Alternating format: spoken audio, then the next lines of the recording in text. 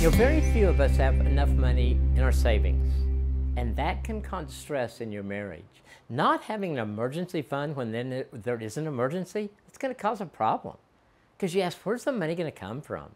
And if a couple reaches retirement age with nothing saved, that even causes more problems. It means one or both of them is going to continue to have to work or lower their standard of living or move in with their kids or something else that they'd rather not do. In either case, a couple can point the finger at each other and place the blame. Having no money when it is needed, well, that causes big issues in a marriage. Having an emergency fund and planning for retirement make a difference in the money stress levels of a marriage. You also know many couples that end up in a bad financial situation, but it really wasn't any fault of their own. The economy can turn, a job, well, it can be unexpectedly terminated, or there can be an illness that literally wipes everything out in the bank account. There's no way that we can anticipate the future, but there are some steps that will help us if the bad things happen. First, pray to God for God's wisdom with your finances.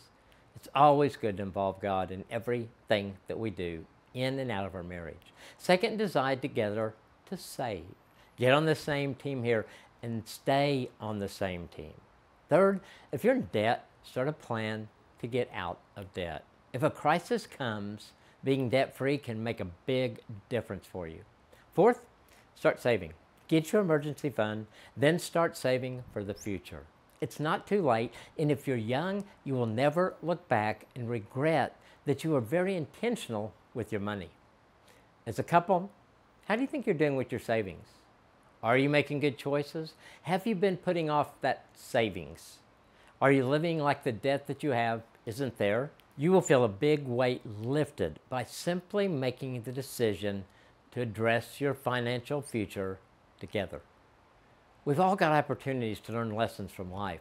Life's experiences are there to help us grow, and I believe God can use everything and anything to grow us.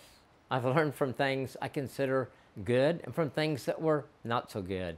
For me, it's about seeking God in every situation. Then whether good or bad, we give God the opportunity to teach us, and we learn from what God teaches us. We learn what He wants us to learn. Over the years, I've made some bad financial decisions and some not very good investments. And I say I because even though Nancy agreed with investments, she only did so because she trusted me. Why I only did them because I trusted somebody else. I did not learn what God was trying to teach me on the first couple of them, but I did on the third. There would be no more investments because someone talked me in to a surefire thing. We learned, we drew a line in the sand. Natalie and Joseph, well, they were the youngest couple I ever counseled who had been forced into bankruptcy. Joseph was 24 and Natalie was 23. Joseph, he was brilliant. He developed a software program that could make him a lot of money, and it did. There were a lot of things that I loved about my early 20s, and feeling bulletproof, it was one of them. So when Joseph used that term to describe himself, I knew exactly what he meant.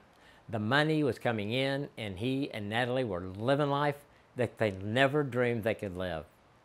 They had a big house, an expensive gated community. They had 3 really cool cars for the 2 of them to drive. They had trips on private planes. They had opportunities to invest in other startup companies. Things were good. They were really too good. So as Joseph told me the story, he said it took about 6 months for his empire to come crashing down. All the people that were once there for him one day disappeared the next day. It was Joseph and Natalie against the world.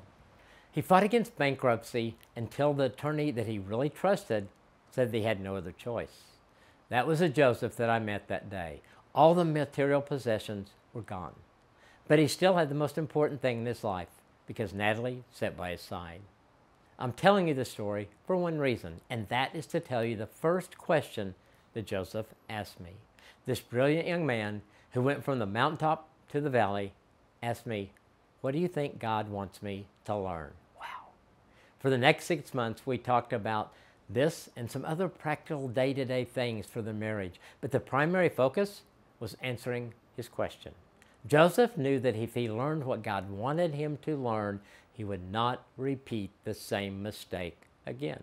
He knew he would commit new mistakes, but not the same old ones. I'm not going to let you know what really happened to Joseph and Natalie over the next years, because that's really not the point. I will tell you that because they sought God and they sought his wisdom, that God showed up. He really showed up, and he will do the same for me, and he will do the same for you. So are you learning from your mistakes? Are you seeking God's wisdom? If we learn from our mistakes, then nothing is lost. What does God want you to learn? It's time to ask him and to see what he says.